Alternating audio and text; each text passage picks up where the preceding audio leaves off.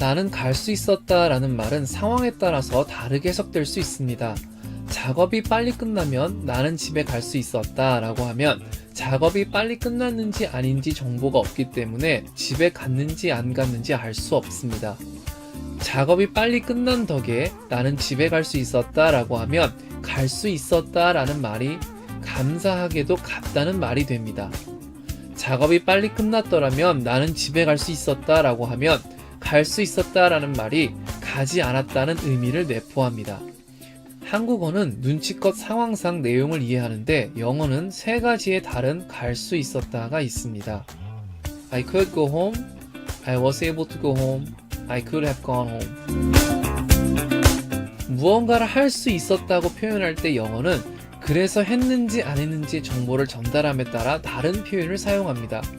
정보가 없이 그냥 순수하게 할 수 있었음을 이야기할 때는 could, 할 수 있었고 했으면 was able to, 할 수 있었으나 안 했으면 could have pp를 사용합니다.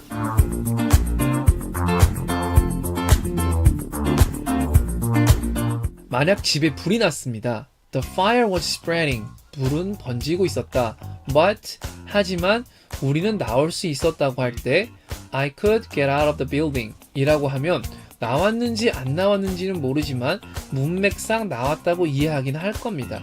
하지만 더 정확한 표현은 I was able to get out of the building 이라고 하실 수 있습니다. I could have gotten out of the building 이라고 하게 되면 나올 수 있었으나 나오지 않았다는 말이 됩니다.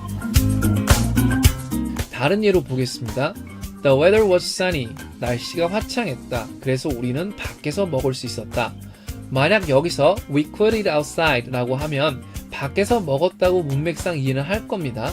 그러나 더 정확한 표현은 we were able to eat outside 라고 하시는 것이 맞습니다.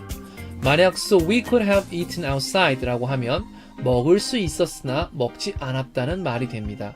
이런 경우는 날씨가 화창해서 먹을 수 있었는데 먹지 않았어 정도로 해석하실 수 있습니다.